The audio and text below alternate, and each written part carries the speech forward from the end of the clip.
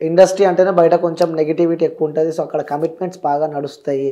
So అందులో ఒక content ఏదైనా చేయాలి, ఒక క్యారెక్టర్ ఒకటి చేయాలంటే పక్కా వాళ్ళతో కమిట్మెంట్ అయితేనే క్యారెక్టర్స్ ఇస్తారని చెప్పి కొంతమంది అంటూ ఉంటారు. ఇంకొంతమంది లేదు నడుస్తుంది అని చెప్పి కూడా అంటూ ఉంటారు. మరి వాస్తవంగా మీరు చెప్పండి. సో మీరు చేసే రూల్స్ కొంచెం డిఫరెంట్ ఉంటాయి. సో కమిట్మెంట్ మీరు ఇచ్చారా లేదా? కమిట్మెంట్ ఇస్తేనే క్యారెక్టర్ అని చూడలేని వాళ్ళు మాట ఒకవేళ నా ముందు ఎత్తితే చెప్పు తీసుకుని కొడతా. ఎదవ నా కొడుకైనా ఎదవ నా కూతురికైనా. ఎందుకంటే ఒక్కటే ఆప్షన్ అండి. You have a heart, you have a dare, you have a voice, speak out, మాట్లాడండి. వాడు నిన్ను అడిగాడు, నువ్వు చెయ్యాలనుకుంటావు చేస్తావు.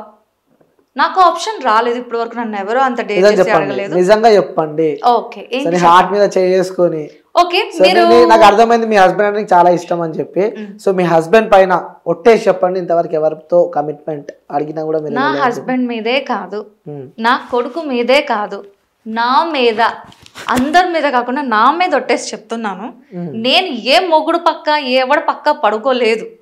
ఎందుకు అంటే నేను ఏ ఏజ్ లోని ఆంటీ క్యారెక్టర్స్ చెయ్యడానికి రెడీ అయ్యాను. 21 ఏజ్ లోనే ఆంటీ క్యారెక్టర్స్ చేయడానికి రెడీ అయిన అమ్మాయిని, అంత టీనేజ్ అమ్మాయి, ఇప్పుడు ప్రెసెంట్ ఒక టీనేజ్ అమ్మాయిని తీసుకొచ్చి ఇలాగ కొబ్బరి బండాలు అమ్ముకోమన్నాం కానీ లేకపోతే కాయగూరలు అమ్ముకున్న క్యారెక్టర్ చేయమనండి, చేస్తావా? నో కదా. మరి నేను చేశాను అంటే హూ విల్ ఆస్క్ మీ? నా పక్కన పడుకొని ఎవడు అడగలుగుతాడు? సరే ఎవరు అడగలే? ఆ డైలాగ్ కూడా ఎవరు అడగలే ఇంతవరకు? ఎవరు? నో. వై? బికాస్ పూజ అంటే ఎంత పాజిటివ్, పూజ అంటే అంతకు మించి ఫైర్. తాట తీస్తా నాకు ఇష్టం లేని నా జోలికి వచ్చి అడిగితే. కస్తూరి ఆంటీ అంటే ఫ్లవర్ అనుకుంటివా? ఫైర్. సో మీ ఫ్యాన్స్ బాగా ట్రోల్ అవుతుంది అది. సో ఏం చెప్తావు నీ ఫ్యాన్స్ కి? చెప్పేది ఏముంది, కస్తూరి ఆంటీ ఫ్యాన్స్ వాళ్ళు, నీకు కాదు. Kasturi aunty fans. Exactly, she's fire అని చెప్తాను నేనైతే. ఓకే. సో నిన్నైతే ఎవరు అడగలేదు కమిట్మెంట్స్? నో. చెప్పేసావు, పక్కాని కూడా చెప్పేసావు. ఒకే ఒక్కటి నాకు లైక్ ఎలా వచ్చింది అంటే కమిట్మెంట్. మేడం ఒక క్యారెక్టర్ ఉందండి, మీకు పర్ డే 15K ఇస్తాము, విత్ కమిట్మెంట్ 50K ఇస్తాం, మీకు ఓకేనా అని అడిగారు. ఓకే. ఓకే, ఇవన్నీ పక్కన పెట్టండి, ఎందుకు ఎన్ని సినిమాలు తీసారేంటి అని అడిగారు. బేసిక్గా తెలుగు ఇండస్ట్రీ అనేది ఉత్తు కమిట్మెంట్లు చేసింది తప్పండి, పక్కా తప్పండి.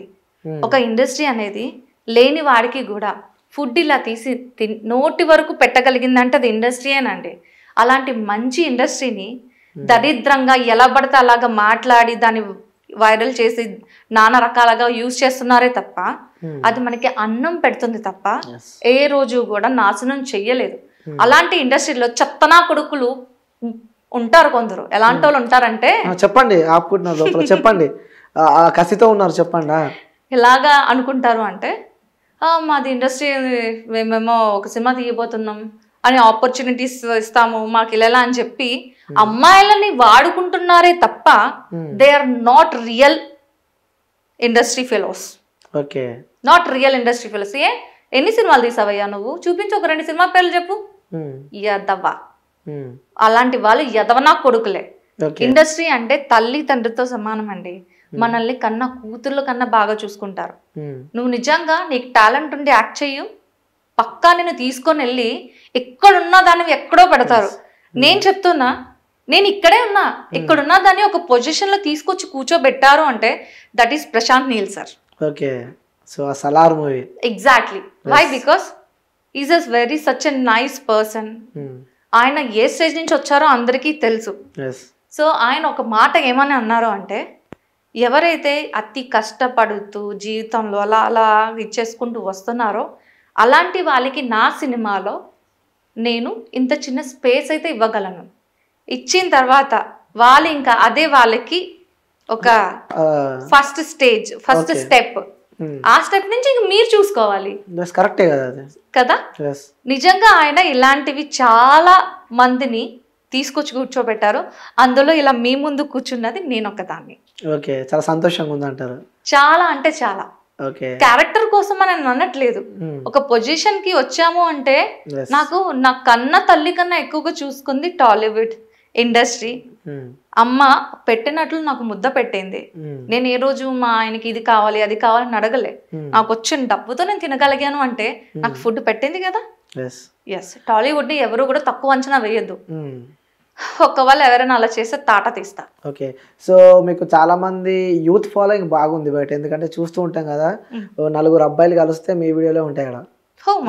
యా, 4 అబ్బాయిలు కలిస్తే మీ వీడియోలు బాగా చూస్తుంటారు. టైగర్ నాగేశ్వరరావు అల్లో మూవీలో కానీ లైక్ ఈ సలార్లో ఆ డైలాగ్ అయితే చాలా బీభత్సంగా వైరల్ అయింది.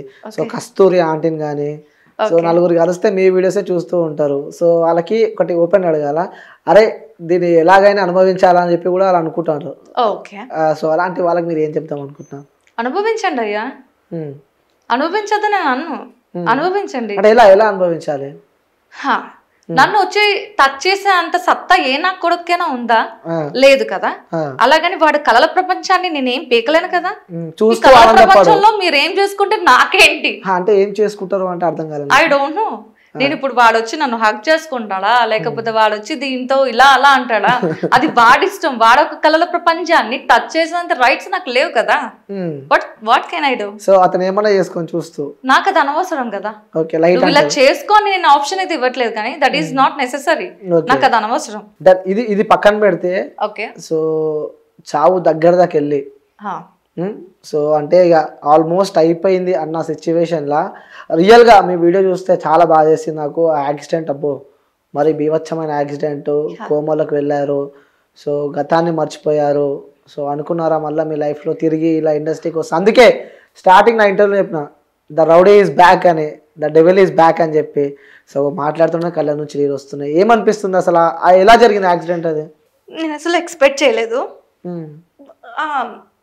ఇలాంటిది లైఫ్లో నేను చూస్తాను, ఫేస్ చేస్తానని నేను ఎప్పుడు అనుకోలేదు. కానీ మీరందరూ దేవుడిని కాలిని పట్టుకొని ముట్టుకొని వచ్చుంటారేమో, నేను యముడిని కూడా పట్టుకొని వచ్చేసా.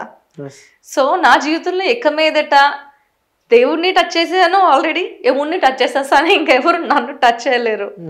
కానీ నిజం చెప్తున్నా, అలా యాక్సిడెంట్ అయిన తర్వాత నేను మళ్ళీ తిరిగి మీ ముందు కూర్చొని ఇలా మాట్లాడుతున్నాను అంటే ఒక్కటే నన్ను లేపి కూర్చోబెట్టిందండి.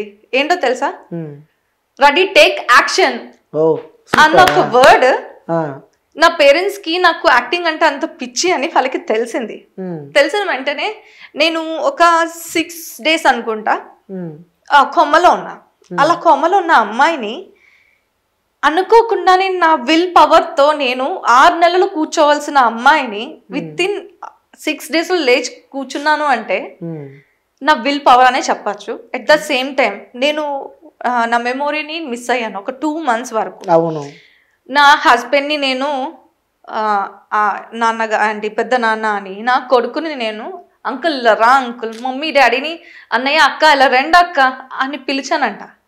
అలాంటి సిచ్యువేషన్లో ఉన్నప్పుడు వాళ్ళని అన్న అర్థం చేసుకొని అలాగా ఉన్న పొజిషన్లో మా బ్రదర్ కానీ లేకపోతే మా డాడ్ కానీ రియలీ నేను ఇండస్ట్రీలో అడుగు పెట్టడం మా డాడీకి ఇష్టం లేదు. ఎందుకు అమ్మాయి కదా ఆ లైఫ్ పాడైపోతుంది అని అనుకుంటున్నా తప్ప ఇండస్ట్రీ నన్ను ఒక తల్లిలా చూసుకుంది. నేను ఇప్పుడు ఈ పొజిషన్ లో ఉన్నానంటే నిజమే కదా, చూసుకున్నట్టే కదా. పక్కలో పడుకుంటే ఈ పొజిషన్ లో ఉన్నట్ట చెప్పండి? అందరు ఇలా అంటారు. అదేం కాదండి. కష్టపడితే మనం తలుచుకుంటే ఏ పొజిషన్ లోనైనా ఉంటాం. సో ఆ టైంలో నన్ను నా పేరెంట్స్ నా ఫ్యామిలీ అందరూ అర్థం చేసుకొని ఏమన్నారు అంటే రెడీ టేక్ యాక్షన్ అని అంటే ఆ వర్డ్ నా చెవులకి వినిపించి వినిపించి వినిపించి రిబ్యాక్ అయ్యాను నేను రియలీ. సో నేను అలాంటప్పుడు ఇండస్ట్రీని నేను ఎలా వదులుకుంటా? దానికోసమే నేను మళ్ళీ తిరిగి పుట్టేశాను. అంటే ఇది నా 2వ జన్మ, దీనివల్లే నేను పుట్టా. ఓకే, నిజంగా వీడియోస్ చూస్తూ ఉంటే అసలు మీరు గతాన్ని మర్చిపోయారు. మీకు ఇలా పైనుంచి తినిపిస్తున్నారు, అసలు నడవలేని సిచ్యువేషన్, ఫేస్ అంతా దెబ్బలు, సర్జరీ అయినట్టు. మీకు ఇంకొక విషయం తెలుసా? బట్ ఇది నేను చెప్పచ్చో చెప్పకూడదు నాకైతే తెలియదు, కానీ I'm extremely sorry junior NTR sir. Me Devara project చేయడానికి అడుగు పెట్టాను, కానీ నేను నా హెల్త్ అనేది అంత సపోర్ట్ చేయలేదు. అందుకే నేను అక్కడితో స్టాప్ చేసి రీబ్యాక్ అయిపోవాల్సి వచ్చింది. బేసిక్లీ నాకు దేవరా షూట్లోని ఆపర్చునిటీ వచ్చింది. సో పర్టికులర్ ఆపర్చునిటీ ఒక 3 to 5 days వర్క్ చేయాల్సి వస్తే మాత్రం నేనేం చేశాను అంటే ఎలాంటి సిచ్యువేషన్ లో వెళ్ళానో తెలుసా మీకు? ఒక్కరు చెయ్య నాకు సపోర్ట్ ఇలా ఇస్తే గానీ, ఇలా పట్టుకుంటే గానీ నేను ఒక స్టెప్ వేయలేను. వై? బికాస్ యాక్సిడెంట్ అయిన రోజు నాకు 24 దెబ్బలు నా ఒంటి మీద ఉన్నాయి. ఒకటి ఇక్కడ తగిలింది, ఇక్కడ తగలడంతో బ్రెయిన్ మొత్తం పోయింది. రెండోది ఈ లిప్ ఇలా 2 ఓపెన్ అయిపోయాయి, దాన్ని జాయిన్ చేశారు. ఇంకా ఇక్కడ స్టిచెస్. ఇవన్నీ పక్కన పెడితే ఇక్కడ ఇక్కడ ఈ ముడుకుల దగ్గర అయితే పెద్ద పెద్ద దెబ్బలు, నేను అనుకున్న ముడుకులు పోయింటాయి, 2 కాళ్ళు పోయింటాయేమో అనుకున్నా. అలాగ ఒంటి మీద 24 దెబ్బల్లో లెఫ్ట్ లెగ్ అనేది కంప్లీట్లీ ఇంజూర్ అయిపోయింది, బ్రేక్ అయిపోయింది. ఆ సిచ్యువేషన్ లో నేను ఇంకా లెగిసి ఏం నడవగలుగుతాను? అలాంటి టైంలో కూడా మెడిసిన్ యూజ్ చేస్తూ యాక్టింగ్ కోసం ముందడిగేసి వెళ్ళిపోయా. దేవరా షూట్ కి వెళ్ళాను, అరకు వెళ్ళాను. సో కానీ ఫస్టే నా ఒక మెంటల్ ప్రాబ్లం ఏంటి, నా సిచ్యువేషన్ ఏంటి, నేను ఏ రకంగా ఉన్నాను అనేది వాళ్ళకి చెప్పినప్పుడు వాళ్ళు ఏమన్నారు అంటే, ఏం పర్లేదండి రండి మేము చూసుకుంటాం అన్నారు. కానీ దేవరా షూట్ వాళ్ళు కాదు, హూ విల్ కేర్, మమ్మల్ని ఎవరైతే ట్రీట్ చేస్తున్నారో వాళ్ళన్నమాట. కానీ దేవరా షూట్ వాళ్ళైతే కాదు. They are very good, perfect. కానీ కోఆర్డినేటర్స్ ఉంటారు కదా, అందులో ఒక చిత్తనా కొడుకులు కొంతమంది ఉంటారు, పేరుకే కోఆర్డినేటర్స్ అని ట్యాగ్ లైన్లు తగిలించి ఉంటారు కదా, దీనికి పనికిరారు కొందరు, అందరూ కాదండి, చాలా మంది మంచి వాళ్ళు ఉంటారు, డెడికేషన్ తో వర్క్ చేసిన వాళ్ళు కూడా ఉంటారు. అలాంటి కోఆర్డినేటర్స్ పట్టించుకుంటానని చెప్పి అక్కడ తీసుకువెళ్ళి ఫుల్ 1 డే అంతా కూడా దేవరా షూట్ లో నేను కమిట్ అయ్యాను, సీన్స్ కూడా కమిట్ అయిపోయాను, చేశాను దేవరా మూవీ.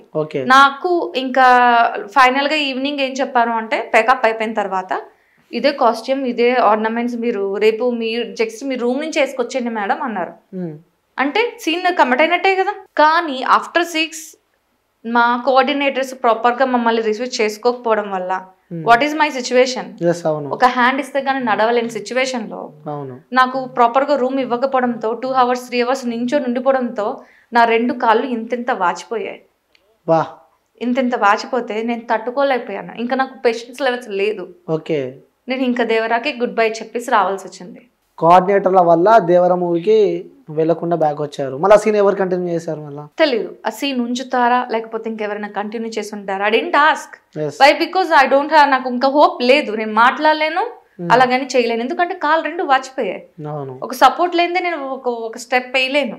అలాంటి సిచ్యువేషన్ లో కూడా హ్యాండ్స్ అప్ చెప్పాలి మేడం. మీరు అలాంటి సిచ్యువేషన్ ఉన్నా కూడా యాక్టింగ్ చేశారు అంటే, ఆ కోమలో ఉన్నా కూడా యాక్టింగ్ కి సంబంధించి ఆ వైబ్ ఈరోజు నన్ను ఇక్కడ తీసుకొచ్చి కూర్చోబెట్టింది.